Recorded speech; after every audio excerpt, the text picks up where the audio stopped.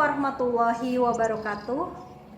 Perkenalkan, nama saya Betty Karliati dengan nomor peserta 201502807537. Saya mahasiswa PPG Daljab 2020 gelombang 2 Program Studi Ekonomi di Universitas Swadaya Gunung Jati Cirebon.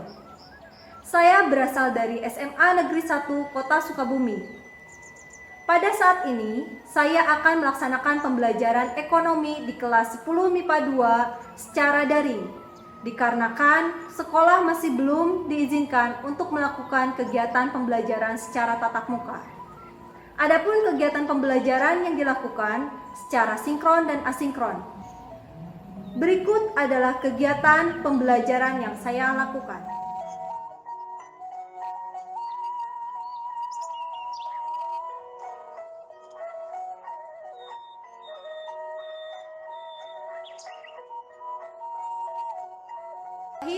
Assalamualaikum warahmatullahi wabarakatuh semuanya. Waalaikumsalam warahmatullahi wabarakatuh. Apa kabarnya? Alhamdulillah baik, Bu. Ya, mudah-mudahan semuanya selalu berada dalam keadaan sehat walafiat ya. Amin. Ya, apakah kalian sudah mengabsen di Google Classroom-nya? Sudah, Bu. Sudah, Bu. Nah, mantap. Hari ini, sebelum kita mulai, ada aturan yang akan Ibu sampaikan. Jadi, untuk kamera di-on-kan terus, suaranya di-mute. Apakah suara Ibu jelas? Jelas, Bu. Jelas, Bu. Ya, sudah jelas terdengar ya. Nah, baik. Nah, sebelum kita mulai, ada baiknya kita berdoa terlebih dahulu. Silahkan Alvin untuk dipandu berdoanya. Sebelum belajar, mari kita berdoa. Berdoa mulai.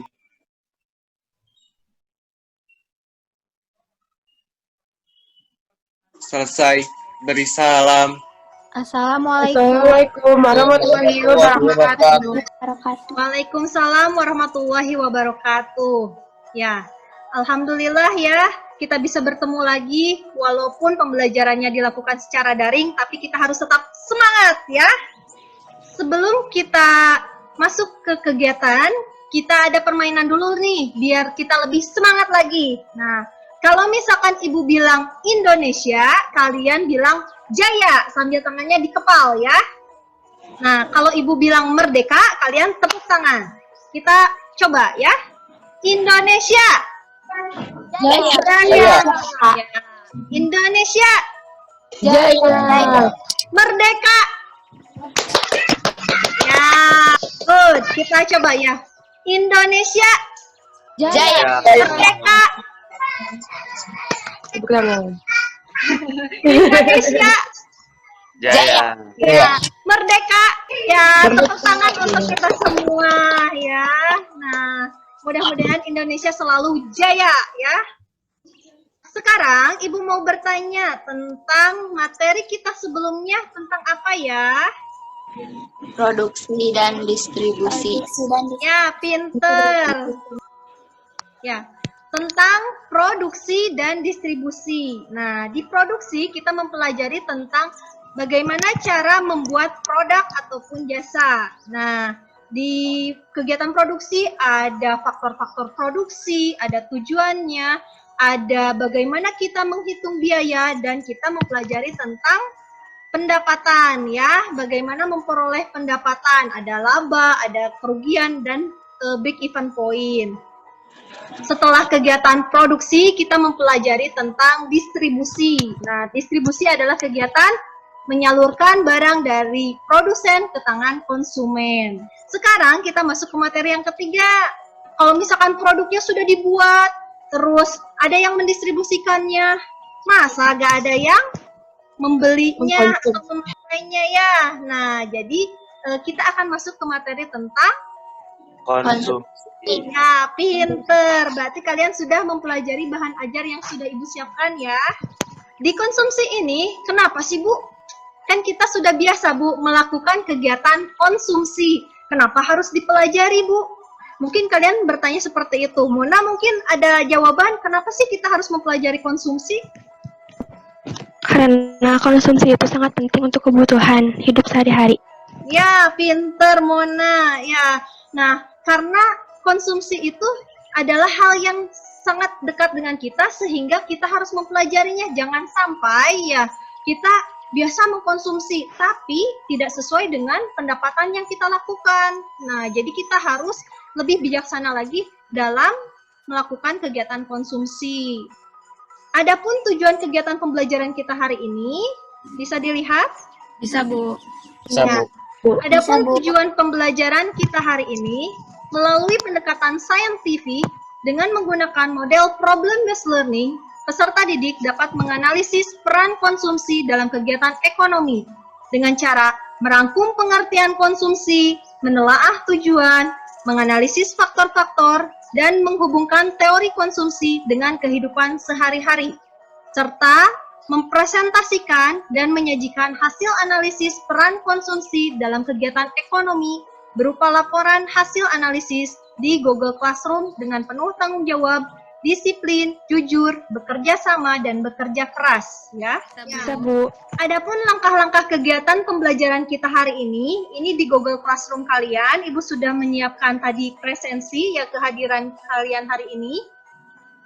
Ada bahan ajar yang sudah bisa kalian pelajari dari minggu lalu. Ada pretest yang nanti akan kalian lakukan, LKPD, post-test, dan refleksi.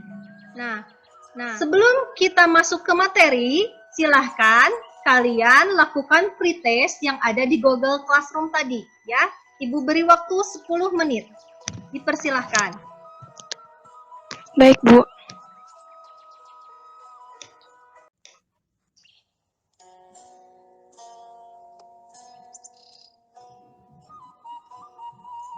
Sudah selesai mengerjakan pretestnya? Sudah, Bu. Ya, Ibu sudah cek di Google Classroom-nya. Alhamdulillah ada yang sudah melebihi KKM ya untuk pretestnya. Nah, nanti akan Ibu bagi sebagai ketua di masing-masing kelompoknya ya. Sekarang kita akan masuk ke materinya. Silahkan disimak baik-baik ya video yang akan Ibu bagikan ini. Apakah bisa terlihat? Bisa, Bu. Bisa, Bu. Bisa, Bu. Apakah bisa terdengar? Bisa, Bu. Bisa, Kita Bu. mulai ya. Hari ini kita akan mempelajari tentang hal yang sangat dekat dengan kehidupan kita, yaitu konsumsi. Konsumsi adalah kegiatan manusia yang mengurangi atau menghabiskan guna barang atau jasa. Adapun faktor-faktor konsumsi antara lain pendapatan, beban tanggungan, lingkungan, gaya hidup, status sosial, dan harga barang.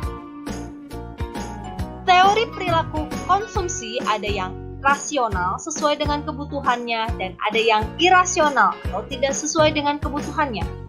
Pendekatan nilai guna barang ada yang kardinal berdasarkan jumlahnya dan ada yang ordinal berdasarkan kualitasnya. Hukum Gosen 1 menyatakan bahwasannya kepuasan konsumen akan menurun ketika kebutuhan mereka dipenuhi terus-menerus. Hukum Gosen 2 menyatakan bahwasannya seorang konsumen akan terus-menerus memenuhi kebutuhannya sampai mencapai intensitas yang sama. Adapun teori konsumsi John Maynard Keynes menyatakan bahwa pendapatan sama dengan konsumsi ditambah dengan simpanan. Mari lihat kasus ini.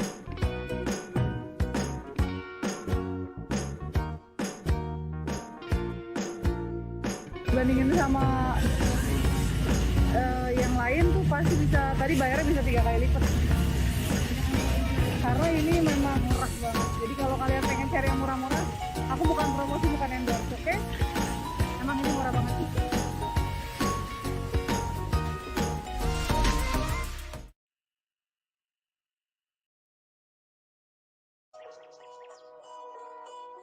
Ya. Nah, sekarang tadi di akhir video ada kasus yang akan kalian pecahkan. Nah, Ibu akan membagi kalian menjadi 2 kelompok. Ya. Bagi masing-masing kelompok, silahkan dilihat di Google Classroom-nya ada LKPD yang sudah Ibu siapkan. Ya, untuk Neisha itu masuk kelompok 1 dan untuk Mona itu masuk kelompok 2. Nah, silahkan kalian bahas soal yang di LKPD di Google Classroom. Bahasnya silahkan di WhatsApp grup kalian, membuat grup masing-masing. Ibu beri waktu 30 menit untuk mengerjakannya ya. Silahkan.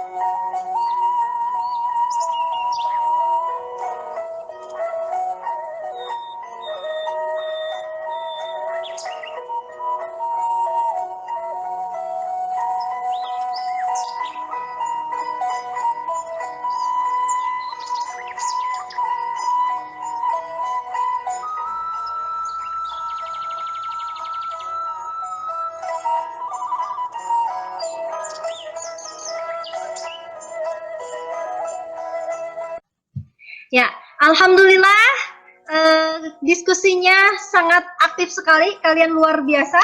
Tepuk tangan buat kalian semua. Ya. Nah, sekarang silahkan untuk kelompok 1 dipersiapkan untuk mempresentasikan hasil analisis dari diskusinya ya. Neisha, silahkan. Assalamualaikum warahmatullahi wabarakatuh. Waalaikumsalam. Warahmatullahi wabarakatuh. Sebelumnya, di sini kami dari kelompok 1 akan mempresentasikan hasil diskusi kelompok kami. Yang pertama ada pengertian konsumsi.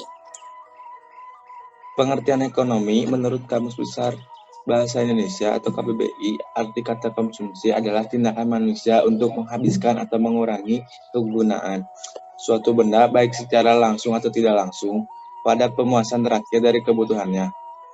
Dan ada juga pendapat lain yaitu menurut Tegilarso, pengertian konsumsi adalah titik pangkal dan tujuan akhir dari seluruh kegiatan ekonomi masyarakat.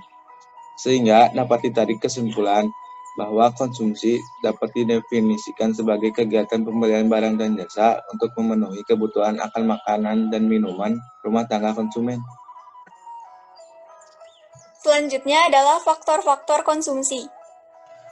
Faktor konsumsi. Yang pertama, pendapatan atau penghasilan seseorang berpengaruh besar terhadap tingkat konsumsi seseorang atau organisasi.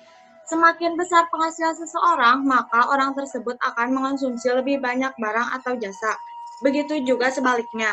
Dalam kasus ini, yang ada di video adalah salah seorang artis Indonesia sehingga pendapatan beliau tergolong besar. Yang kedua, harga barang dan jasa dapat mempengaruhi tingkat konsumsi seseorang. Semakin tinggi harga barang dan jasa, maka tingkat konsumsi akan semakin rendah, dan begitu juga sebaliknya. Dikarenakan dalam kasus ini, harga barang lebih murah dari tempat yang lain sampai 3 kali lipat, sehingga konsumen membeli hingga tidak muat dimobilkan. Yang ketiga, jumlah beban tanggungannya. Keluarga yang jumlah anggotanya lebih besar akan faktor lainnya seperti tingkat pendidikan, status sosial, jenis kelamin, selera, dan gaya. Dalam kasus ini sepertinya tidak ada. Selanjutnya adalah teori konsumsi. Di teori konsumsi, kegiatan tersebut masuk ke dalam teori rasional dikarenakan dilakukan menurut pikiran dan pertimbangan yang logis. Nilai tukar dari mie instan adalah termasuk nilai tukar objektif karena mie merupakan makanan pengganti beras yang disukai semua orang, sehingga layak ditukar dengan uang. Nomor 5. Diketahui Y1 sama dengan 250.000, Y2 350.000, C1 250.000, dan C2 315.000. Yang ditanyakan adalah C sama dengan A plus BY. A sama dengan C sama dengan 87.500 ditambah 0,65Y. Sekian presentasi yang dapat kami sampaikan. Mohon maaf apabila masih ada kesalahan. Wabillahi taufiq wal hidayah. Wassalamualaikum warahmatullahi wabarakatuh. Waalaikumsalam warahmatullahi wabarakatuh. Tepuk tangan untuk kelompok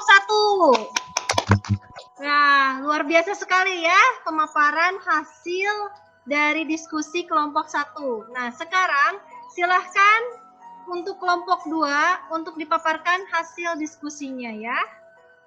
Iya, Bu, bentar. Oke. Assalamualaikum warahmatullahi wabarakatuh. Waalaikumsalam warahmatullahi wabarakatuh. Kami dari kelompok genap akan mempresentasikan hasil diskusi kelompok kami. Yang pertama yaitu tujuan konsumsi. Tujuan utama kegiatan konsumsi dilakukan manusia adalah untuk memenuhi kebutuhan jasmani dan rohaninya. Adapun yang kedua, memakai nilai guna suatu barang sekaligus. Dan yang ketiga, memakai nilai guna barang secara bertahap. Faktor-faktor konsumsi seperti yang dilihat ada internal dan eksternal. Yang internal, pendapatan, jumlah keluarga, motivasi, jenis kelamin, dan status sosial. Yang eksternal ada adat istiadat atau lingkungan dan harga barang. Yang membedakan dengan kelompok ganjil, menurut kami dari video kasus tersebut ada faktor status sosial. Dikarenakan yang ada di video adalah artis yang menurut status sosial di Indonesia masuknya status sosial atas, yang sudah pasti akan memengaruhi kegiatan konsumsinya. Dan satu lagi yaitu jenis kelamin, karena di video jenis kelaminnya perempuan, dan perempuan memang senang untuk berbelanja, sedangkan faktor tingkat pendidikan dan selera atau gaya hidup tidak ditemukan. Ya, bagus. Silahkan selanjutnya. Mie instan memiliki nilai pakai objektif karena mie instan merupakan kebutuhan pokok hampir sama dengan beras sehingga hampir semua orang membutuhkannya. Ya, tepuk tangan untuk kelompok 2. Ya, kalian luar biasa sekali ya. Alhamdulillah, pembahasan kasus dari kegiatan konsumsi ini dapat kalian tuntaskan dengan baik.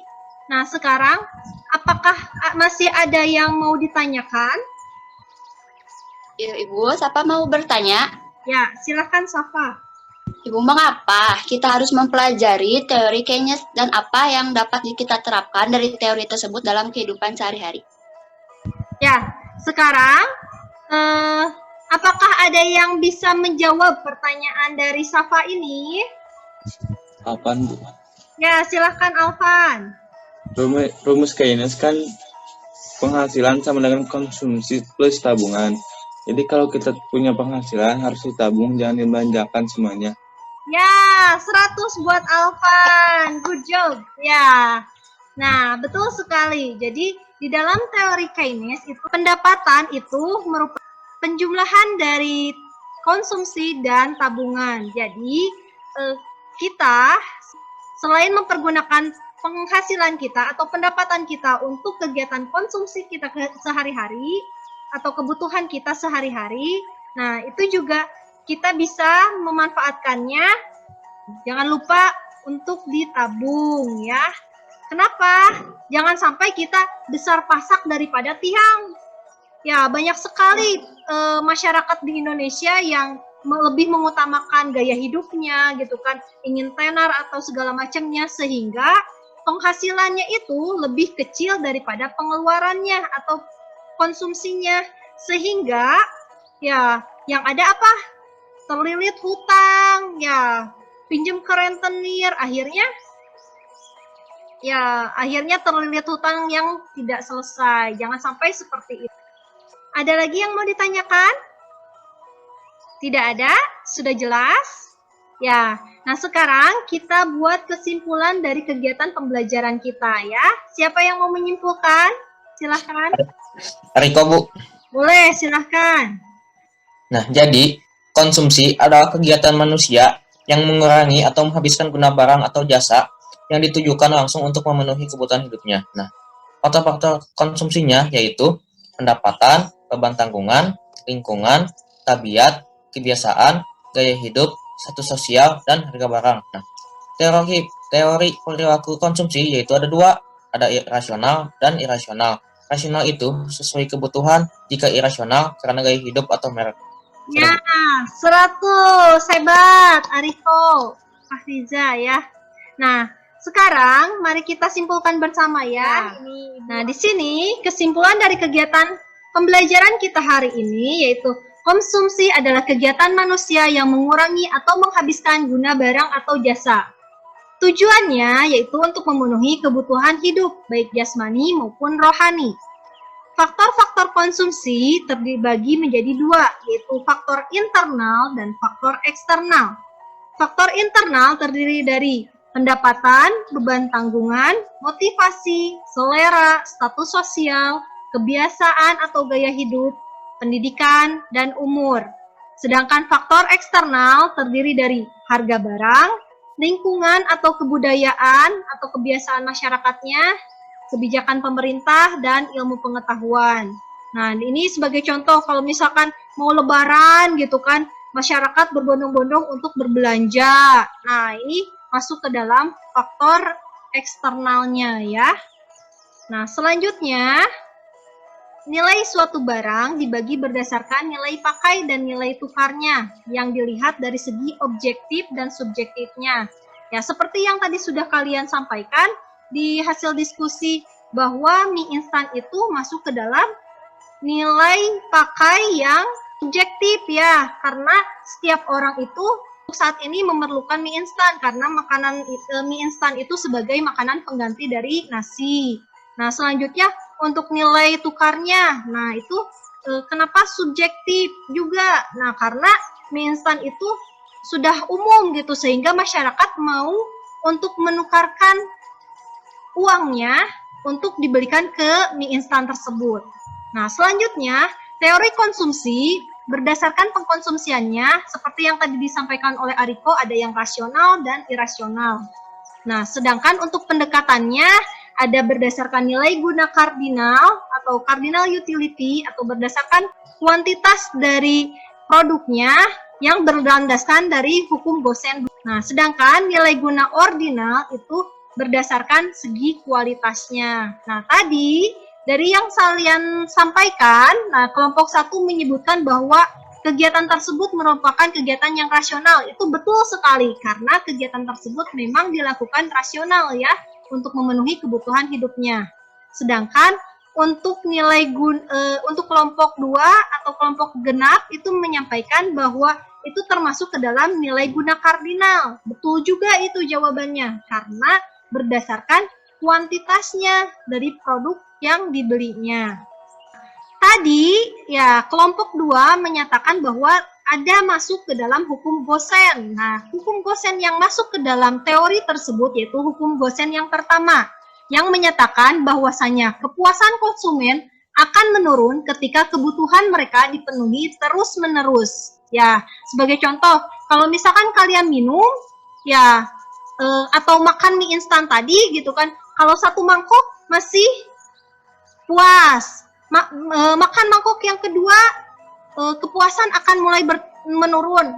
Kalian makan mangkok yang kelima pasti kalian sudah tidak merasakan kepuasan lagi. Nah, itu hukum Gosen yang pertama.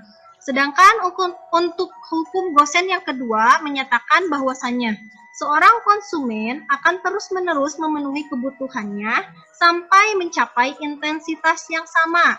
Nah, selanjutnya yang terakhir, tadi kita mempelajari tentang teori Keynes, di mana ada keterkaitan antara pendapatan, konsumsi, dan tabungan. Nah, tadi teman kalian sudah menjabarkan tentang bagaimana cara menghitung dari teori Keynes ini. Nah, jadi yang bisa kita ambil dari teori Keynes ini, kita bisa mempelajari bahwa selain kita mengkonsumsi, ya mengeluarkan pendapatan kita untuk konsumsi, kita juga harus menyimpan uang tersebut dalam bentuk tabungan ataupun yang lainnya. Jangan sampai kita dikasih 10.000, 10.000-nya dipakai, tapi adalah yang disisihkan, misalkan 3.000 atau berapa. Nah, disesuaikan dengan kebutuhan dan kemampuannya, ya. Bisa dimengerti? Bisa, Bu. Bisa, Bu. Bisa, Bu. Ya. Nah, sekarang kalian lihat di Google Classroom-nya, Ibu sudah menyiapkan post test-nya. Ya, setelah kita mempelajari materi ini, mudah-mudahan hasil post test-nya semuanya bagus ya. Silahkan diberi waktu 10 menit. Nah, wah, alhamdulillah. Ibu sudah lihat hasil kalian di Google Classroom-nya. Luar biasa. Semuanya sudah mendapatkan nilai di atas KKM-nya. Tepuk tangan buat kalian semua. Ya, alhamdulillah berarti materi kita hari ini sudah selesai. Nah, akan tetapi Ibu mau bertanya nih, menurut kalian apa sih yang menarik dari kegiatan pembelajaran kita hari ini? Karena kita mempelajari materi mengenai konsumsi, jadi saya bisa mengetahui lebih banyak mengenai definisi arti dari konsumsi menurut para ahli di bidang ekonomi.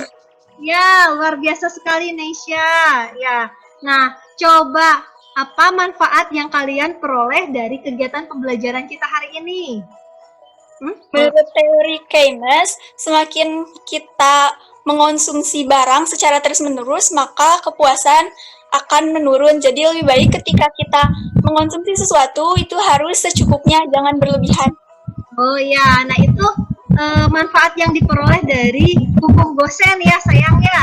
Nah, hukum Gosen 1 yang menyatakan kalau misalkan tingkat kepuasan itu akan terus menurun ya. Betul sekali Neisha.